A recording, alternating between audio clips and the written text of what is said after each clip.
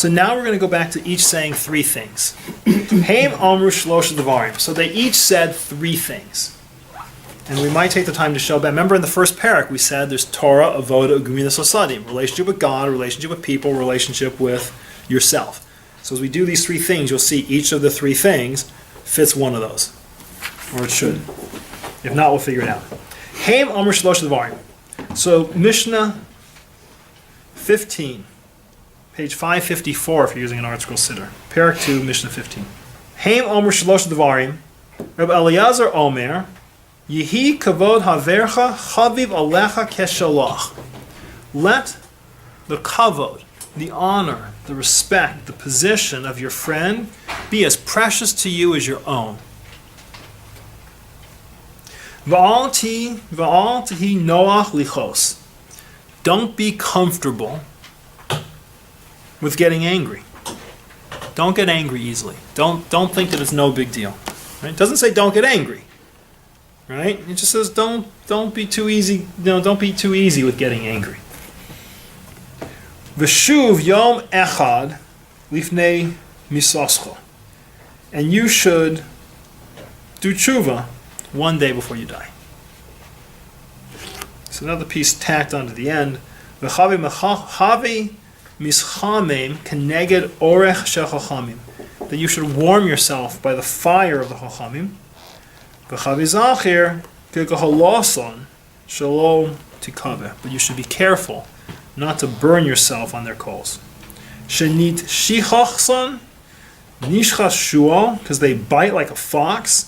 V'kisason kitzas akrav, and their sting is like the sting of an akrav, of a scorpion. Uchishason lechishas sorov, and their hiss is like the hiss of a serpent. Right? V'kol divrechem k'gahale eish, and all of their words are like coals, burning coals. So we'll start with the first part. Let's just stick with the list of three. So Eliezer says, Yehi kavod havercha chaviv alech keshalach. Let the honor of your friend be as precious to you as your own. So which relationship is that? His advice is, how do you deal with other people? Is you realize that what do people want? That everybody wants their life to be meaningful. Right? They want to be significant. They want to be respected. Right? That people don't necessarily mind if you aren't their best friend. They don't need you to be their best friend. People want, what do they want out of life? They want to be respected. They want you to look at them and think of them as they're reasonable, respectable, right? They've got a place in the world. It's when you step on them, when you crush people, when you treat people like they're tools, when you treat people like they're servants, when you treat people like they don't have a place. Because that destroys people. So if you want to understand how to have a relationship with people, is you should recognize that the other person coming out looking good is just as important as you coming out looking good. Right? The other person having a place of kavod or respect is just as important as you having a place of respect. I saw an interesting article that asked, why is it, various reasons, why is it that relationship between Turkey and Israel is so destroyed? And you can say because that they've become an Islamic society, that they've moved far in. But this article had an interesting point. It said, no, it all comes from an incident where a diplomat, where a government official of one of the two nations was in a conference, in a meeting with the other, and they made him sit on a short little stool so that he'd look like a doofus. And they broadcast it with him being put on a little baby stool while they got to sit, they basically cut the legs down just to embarrass him. He says, that's the end. You can't embarrass me. You can't embarrass my guy. You can't embarrass my country. You make us look like it's honor. How can you make us look that way? Right? And that it was the sea that destroyed everything. It's an interesting hypothesis. But you can hear it. There's a place where you can hear it. If you're going to embarrass, if you're going to shame me, how do I have a relationship with you? That is not just, we'll see later, we'll see a Mishnah that says, the secret is treat the person's money as important as your own. Right? People are worried about their stuff. Treat their stuff, right? Make sure they don't take a loss. We'll see numerous pieces, but this one he says, what ultimately gets to people, their self-identification, their sense of who they are and what they are as people. Their kavod. That if you make a person feel that they're insignificant relative to you, you'll destroy everything. People are very sensitive to their place in the world.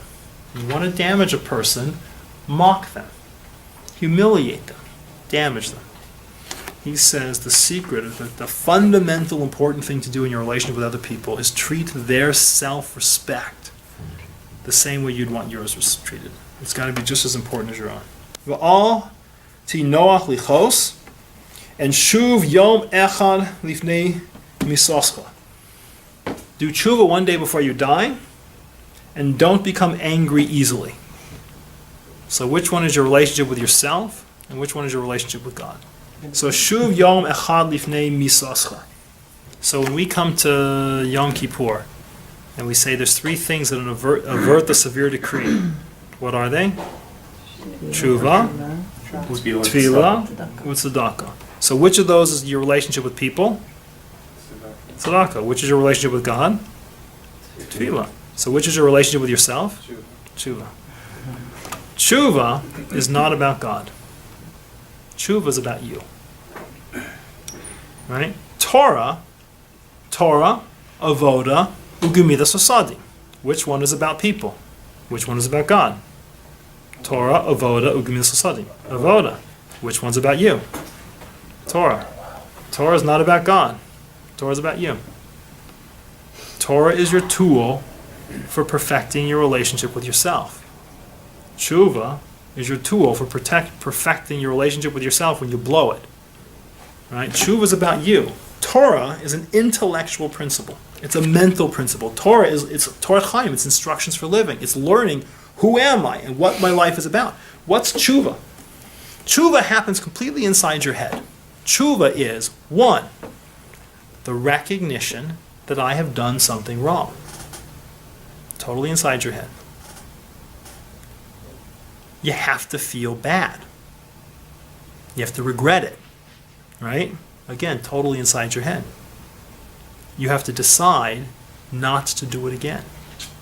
Again, totally inside your head. Tshuva is the curative for failure to live Torah. God gave us Torah so that we could live in this world. He doesn't need it. He was doing just fine without us. He created Torah and he created us to live Torah. Torah is it's art, right? But tshuva is I know what I've done is wrong. But tshuva is you have to recognize that you've blown it. You have to feel bad. You can't recognize that you blew it and say, yeah, I messed up, dude, right? You have to regret it. And then you have to decide not to do it again. So tshuva is not a natural part of the world. Tshuva is a gift. Tshuva is a gift to the Jewish people from Hashem. God says, if you blew it, between you and me, right? Forget the fact that you hit that guy. If you hit the guy, you still have to go deal with him. But if you blew it, if you stop and you recognize what you've done wrong, and you sincerely feel bad about it, and you resolve and decide not to do it again, I will take it off of your report card. I will bulk erase it right off the tape. Right? When you sit down at the end of your life, right? Hashem is going to pop up your channel, right? They're going to invite your grandmother and your Rebbe and your third grade teacher and your friends to sit next to you in a room. And they're going to project on a giant big screen TV stuff you did. And they're going to freeze it and say, now why'd you do that? What were you thinking? Right? Din and cheshbon. Din is they're going to show you the really stupid, evil means, right? If you were really mean to someone behind their back, we're going to put that up on a screen. They're going to sit next to you. Right? You're the person who thought you were their loyal friend and you messed them up. We're going to put it up on a screen and say, so why'd you do that? And you're going to have to explain. Right? Tshuva is a bulk eraser. All the stuff that you did to destroy people, you can do tshuva and erase it. Everything you've done wrong. Now again, what's Olam Haba? Olam Haba is we're going to go to the end of the days and we're going to get and sit and enjoy the relationship with Hashem that we've created. But you're going to have to suffer through the destruction and the damage that you've done. So tshuva is the opportunity to get rid of it, to fix it. Change yourself. Lift yourself, perfect yourself, clean yourself. So he says, do it the day before you die. So do it today. Huh? Do it today. Right now. Because there's no telling what's next. Right? You know, you never know when you're going to walk in a room and they say, you know, I'll tell you, you want an intimidating thing? When your surgeon looks at you and says, get your affairs in order. It's a nice thing to hear from somebody. Get your affairs in order. You don't know what time you have, right? You figure you got 40 years. I'll get around to recording this stuff and writing a book. Maybe you don't, right? I'll fix the relationship with my Uncle Jack or my sister or my brother or my wife. Or you don't know what you're going to do. You have no idea what time you got left. Fix it today, right now. We'll all tehi noach lichos. Don't get angry. Don't get angry. That anger, so again, anger is righteous. Anger is not a bad thing. It doesn't say don't ever get angry. Because if you're the kind of person who can't get angry, right? You're the kind of person that nothing makes you mad. There's no thing that you look in the world and say, this shall not stand, right? So that's a problem. I mean, there are people who said, oh, you're slaughtering who? Not my problem, right? 1 million people died where? Not my problem. So you can't be that guy, right? You can't be the guy who's sitting in the market and sees the big bully hassling somebody else and you think, you know, whatever, right? Live and let live. You have to be the kind of guy who can. That's why it says don't get angry easily. You have to be the kind of guy who can get angry. But there's so many people who their threshold, again, is this shall not stand. I hate everything. Who are you? Right? Who are you? Flying off the handle. So there's commentaries that reverse these two. It could be that tshuva is you and your relationship with God, in this particular sense. And you're destroying yourself, right, by getting angry.